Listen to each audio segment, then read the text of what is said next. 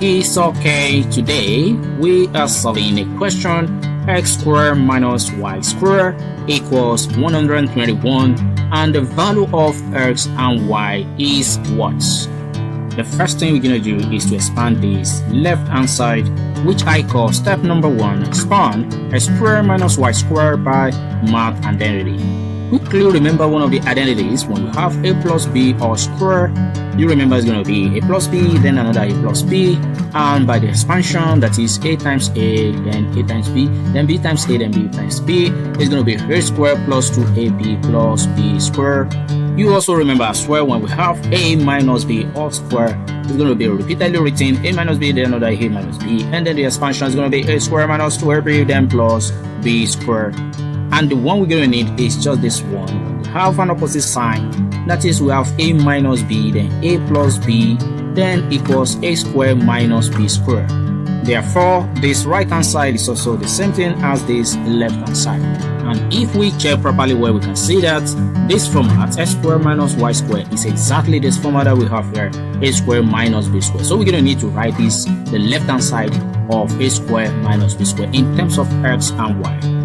Definitely, the expansion becomes x minus y, then x plus y equals 121.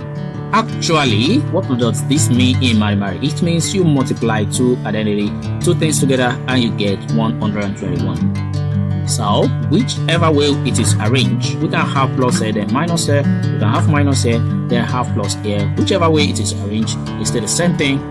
Therefore, I choose to have plus a, then minus a. And the next thing we're going to do is what I call step number 2. Observe that x plus y is greater or equal to x minus y. That is, x plus y is greater or equal to x minus y. So this is reasonable. Why? Because we have addition sign here, then we have minus sign here. So there is tendency that whatever that is here, x minus y, is going to be lower or equal to, that is, x plus y. That is, x plus y is meant to be greater because of the additional sign that is there, than x minus y. It's either it is greater or equal. And that reminds me, note that x and y are positive integers. So we're just considering the positive integers of x and y only. Therefore, because of that, x plus y greater or equal to x minus y is valid. With this condition, x and y are positive integer. So for instance, if x equals 2, then y equals 1. Or better still, we just say x is 3 and y is 2. This means if x is 3, we have 3, plus if y is 2, we have 2, and if you put that together, it's going to be what? It's going to be 5. And for the same condition, x is also 3, still the same thing as 3, minus y, that is 2. Then if you put that together, we're going to get 1. So definitely, 5 is greater than 1. And this has made this condition valid. Also, let's say if x is equal to 5 and y equals to 0, based on this condition, we have 5 plus 0, that is x plus y. For x minus y, we're going to have 5 minus 0. At the end of this addition, we're going to have 5 here, that is that. Then 5 minus 0, we're still going to have 5 here, in which 5 equals 5, which makes the same condition valid, that is greater than or equal. That's if 5 equals 5 here, then 5 greater than 1 here. So when we say x plus y and x minus y, so it's either x plus y is greater than x minus y, or x plus y is equal to x minus y.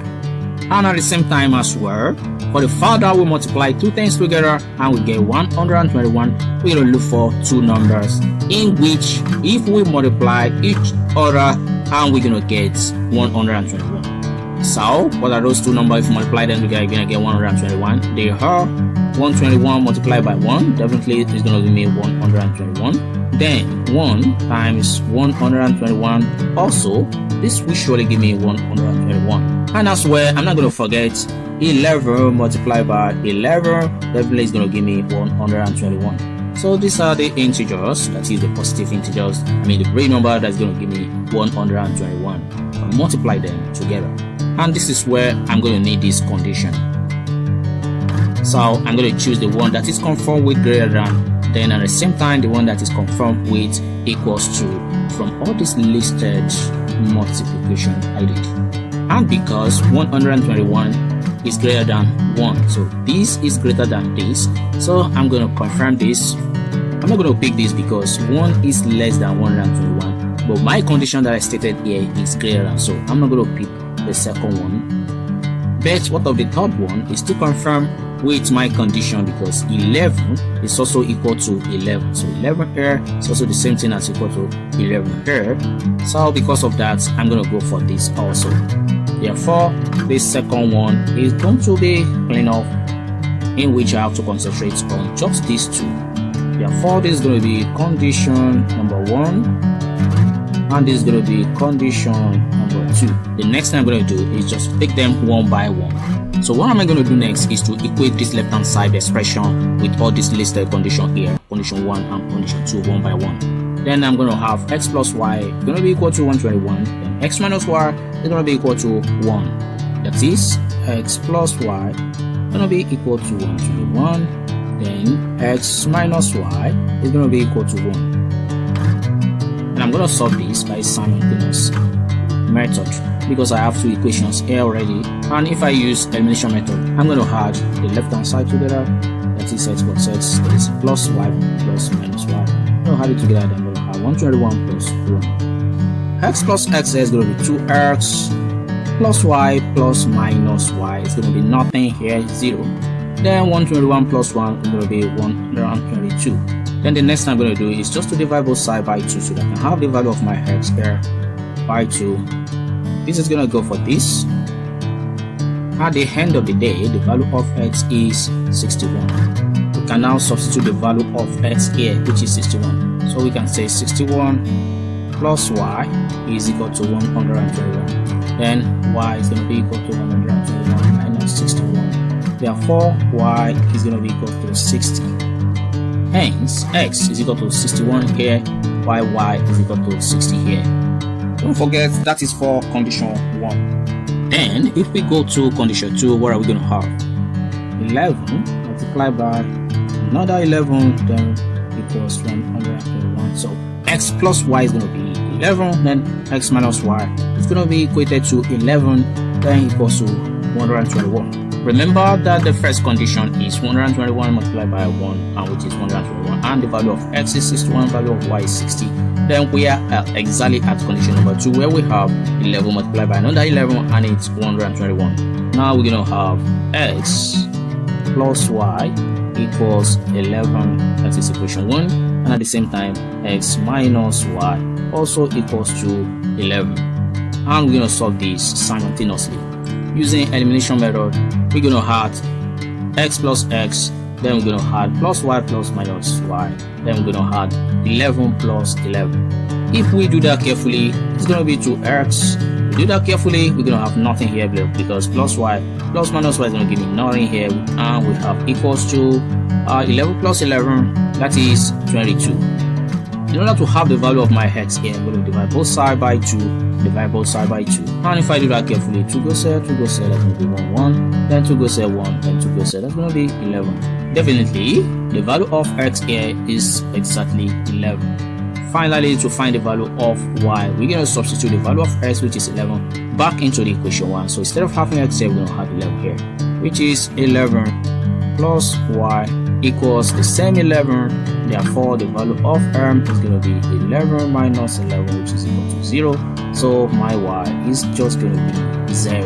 Remember, with this condition 2, the value of x is 11, while the value of y is 0. For the second condition, x equals to 11, while y equals to 0. And that is exactly what we have here. For condition 1, x is 61, y is 60. For condition 2, x is 11 and y is 0. That is exactly the final answer. Just before we go, somebody might need to verify what we get with the value of x and y. That is going to take us to the beginning of the question. X squared minus y squared equals to 21. So we might need to verify this. What we're going to do here to verify is to insert 61 for the value of x. Wherever we find the x, write 61. And wherever we see y, we're going to write 60. And at the end of the day, we're going to see if this left hand side is actually going to be equal to this right hand side. If it is, then it is verified. So for me to write x squared, I'm going to write 61 squared minus, for me to write y squared, I'm not going to write that, I'm going to write 60 squared.